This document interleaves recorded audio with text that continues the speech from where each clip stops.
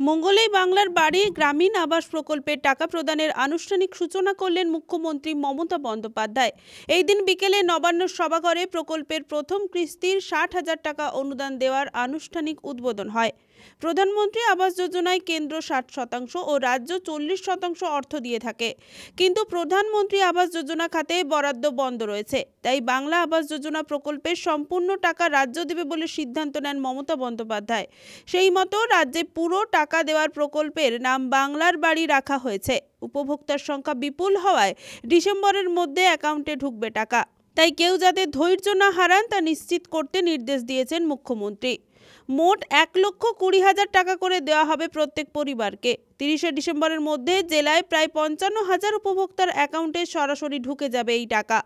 নতুন সমীক্ষা অনুযায়ী তৈরি চূড়ান্ত তালিকায় যাদের নাম রয়েছে তারাই বাড়ি তৈরির টাকা পাবেন। দরিদ্র সীমার নিচে বসবাসকারী পরিবারদের, যারা গৃহহীন কিংবা কাঁচা বাড়ির মাটিতে বসবাস করেন, তাদের পাকা বাড়ি তৈরির জন্য বাংলা আবাস যোজনার মাধ্যমে আর্থিক সাহায্য প্রদান করা হয়। মঙ্গলবার বিকেলে নবান্ন থেকে মুখ্যমন্ত্রী মমতা বন্দ্যোপাধ্যায় ভিডিও কনফারেন্সের মাধ্যমে বৈঠক করেন। জেলায় বৈঠকে উপস্থিত ছিলেন পূর্ব মেদিনীপুরের জেলা শাসক পূর্ণেন্দু মাঝি, জেলা পুলিশ সুপার সৌম্যদীপ ভট্টাচার্য, জেলা পরিষদের সভাধিপতি উত্তম বারিক সহ একাধিক বিধায়ক ও আধিকারিকরা। জেলায় এখনো পর্যন্ত 55,170 জনকে অ্যাপ্রুভাল দেওয়া হয়েছে। এই দিন টাকা সাবলেট হয়েছে 55,154 জনের। প্রথম দফায় 60,000 টাকা প্রত্যেক ব্লক থেকে তাদের উপভোক্তার অ্যাকাউন্টে পাঠানো হবে। প্রত্যেক উপভোক্তা মোট 1,20,000 টাকা করে পাবেন। 3 দফায় এই টাকা দেওয়া হবে, এমনটাই জানালেন অতিরিক্ত জেলা শাসক জেলা পরিষদ অনির্বাণ কোলে। আমরা এটা তো ফার্স্ট ইনস্টলমেন্ট দিলাম। আমরা এখন পর্যন্ত যা অ্যাপ্রুভাল দিয়েছি প্রায় 55,170 জন, এবং আমরা আজকে টাকা সার্ভ আউট করেছি 55,154 জনের। 60,000 প্রথম ইনস্টলমেন্ট আজকে বেনিফিশিয়ারিদের অ্যাকাউন্টে প্রত্যেক ব্লক থেকে তাদের অ্যাকাউন্টে পাঠিয়ে দেওয়া হচ্ছে। মোট কত দফায় কত টাকা পাবেন? এটা টোটাল প্রত্যেক বেনিফিশিয়ারি 1,20,000 টাকা পাবেন। 3টে ইনস্টলমেন্টে, এরপরে আরও 2টো ইনস্টলমেন্ট হবে, তবে তার আগে তাদের নির্দিষ্ট পরিমাণে কাজটা করে দেখাতে হবে। কেউ কি কোনো বাদ থেকে গেল বা কিছু? না, যেটা হচ্ছে যে আমাদের এইখানে স্যাংশন বেনিফিশিয়ারি যারা আছেন এবং যারা বিভিন্ন সিএমআরও গ্রিভেন্সে যারা অ্যাপ্লাই করেছিলেন পোর্টালে, এছাড়াও যাদের ঝড় বৃষ্টিতে র্যামেলে ইত্যাদিতে ঘর বাড়ি ড্যামেজ হয়েছিল এবং কিছু কোর্ট কেসে যারা অ্যাপ্লাই করেছিলেন তাদেরকে মূলত স্যাংশন দেওয়া হলো।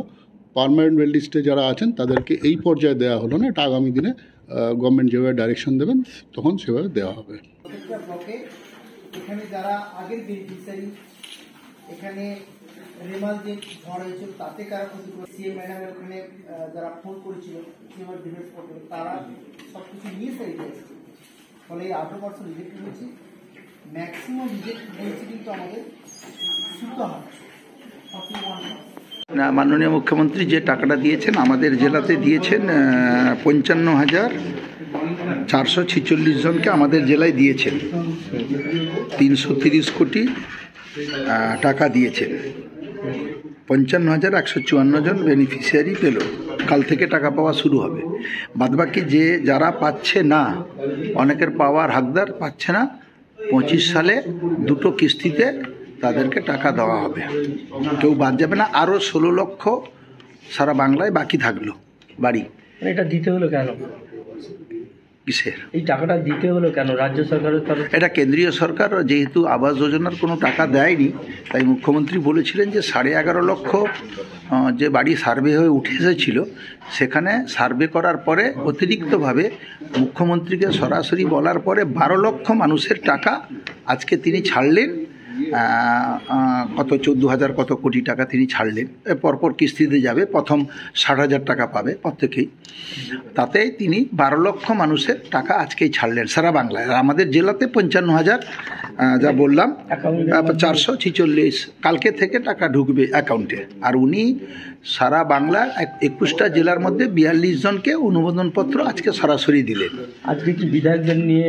আজকে আমরা এই ভার্চুয়ালি অনুষ্ঠানটায় আমরা ছিলাম, সব MLA, DM, SP, additional ADM সব ছিলেন এখানে, সমস্ত এডিএমরা ছিলেন, আমরা ছিলাম এখানে সবাই। পুলক বেড়ার রিপোর্ট, খবর BCBS।